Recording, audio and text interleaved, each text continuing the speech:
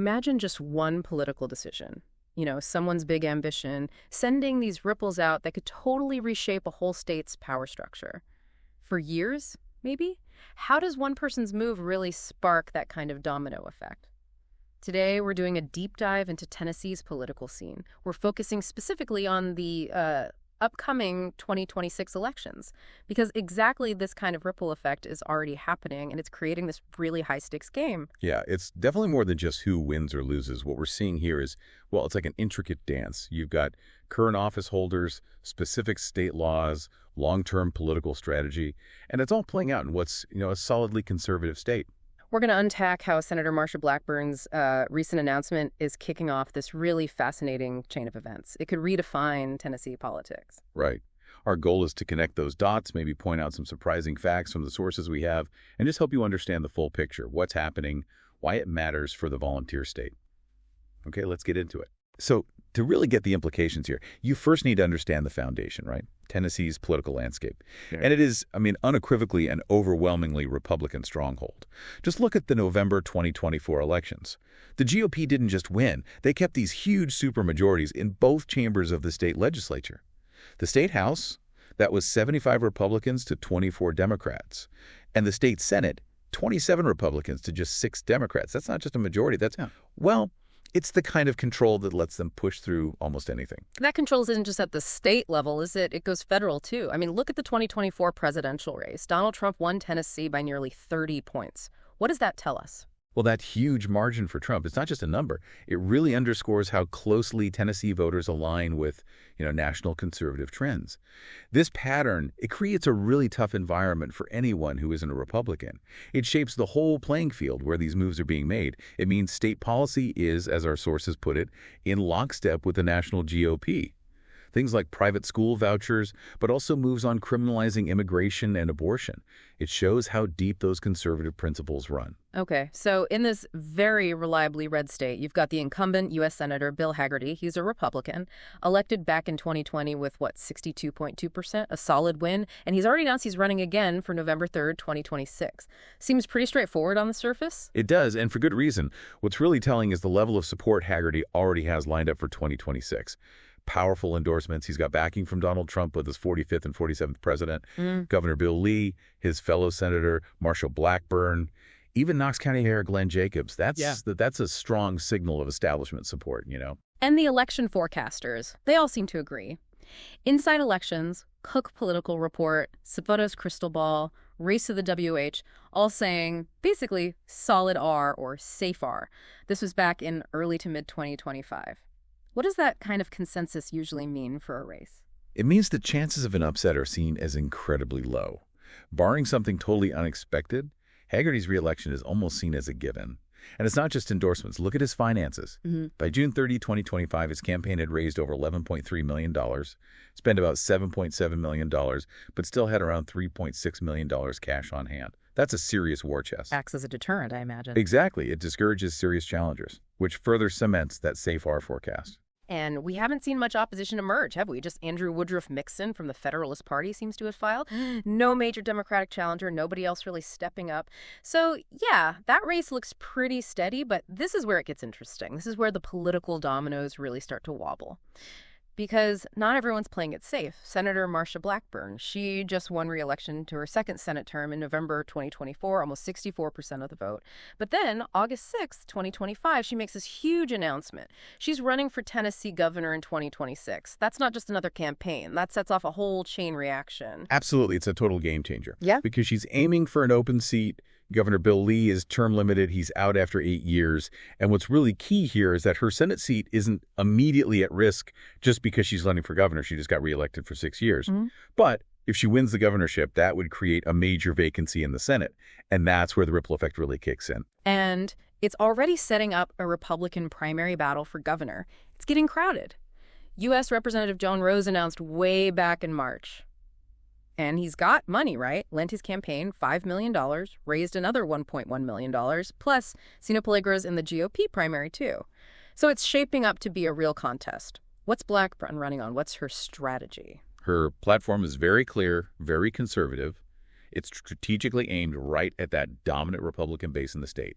She's talking job creation, boosting energy production, empowering parents and schools, and also explicitly defining boys and girls the way God made them, and deporting immigrants, illegal aliens, as some sources phrase it. Her goal, she says, is making Tennessee America's conservative leader. It's a direct appeal to that strong conservative identity we talked about. Designed to fire up the base. Exactly, and differentiate herself in that primary. And there's a historical angle, too, isn't there, if she wins? There is.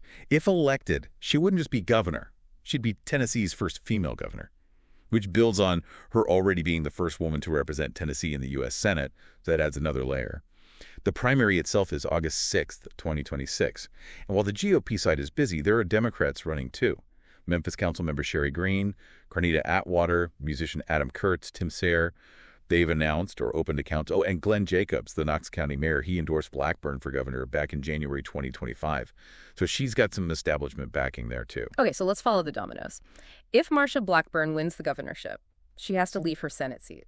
By law, this is where her ambition really has that immediate dramatic impact. What happens then to that Senate seat? How does Tennessee law handle that?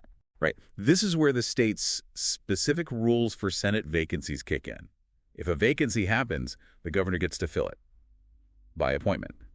And that appointee serves until a successor can be chosen at the next regular November election and, gets qualified. The idea is to keep the state fully represented in Congress without a gap, which is obviously important for influence in D.C. And that appointment isn't just for a few months, is it, if she leaves in 2026? No, it's significant. If she vacated the seat by 2026, her appointed successor would serve all the way until 2031. That covers the rest of her original 6-year term. That's a long time for someone appointed, not elected, to hold that seat. Gives the governor huge influence. Wow, okay. And here's another twist, the timing. Who actually makes that appointment? Is it Governor Bill Lee before he leaves office? Or is it Blackburn herself if she wins and gets sworn in as governor before she officially resigns from the Senate? It all depends on the exact timing of when that vacancy officially happens. You can imagine the calculations going on behind the scenes. Oh, absolutely. And you can already feel the scramble for that potential Senate seat starting, even though it's not vacant yet. Congressman Andy Ogle said absolutely he'd think about going for the Senate. Tim Burchett said he was looking at it as well.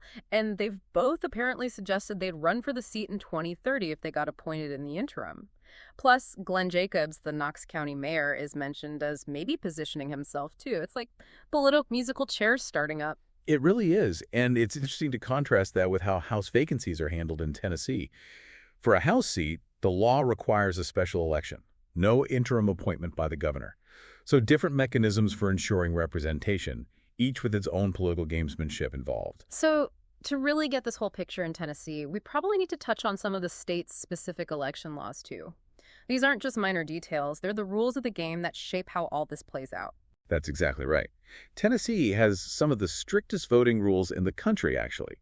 For example, it's one of only 11 states with a strict photo ID law. You need a specific government-issued photo ID, like a Tennessee driver's license or a passport, just to vote in person. This kind of requirement, well, it can disproportionately affect certain groups of voters, potentially shaping who actually turns out. And they also have a really early voter registration deadline, right? They do. Tennessee is one of just 12 states requiring voters to register a full 30 days before Election Day. Many states let you register much closer, or even on Election Day itself. How does that impact things? Well, it can make it harder for last-minute registration drives. It can affect people who move frequently or young people registering for the first time.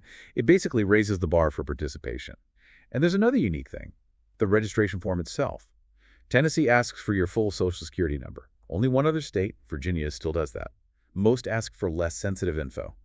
That can also put some people off. And absentee voting. Sounds like that's pretty restricted, too. Very much so. Tennessee is one of only 14 states that requires a specific qualifying excuse to vote absentee.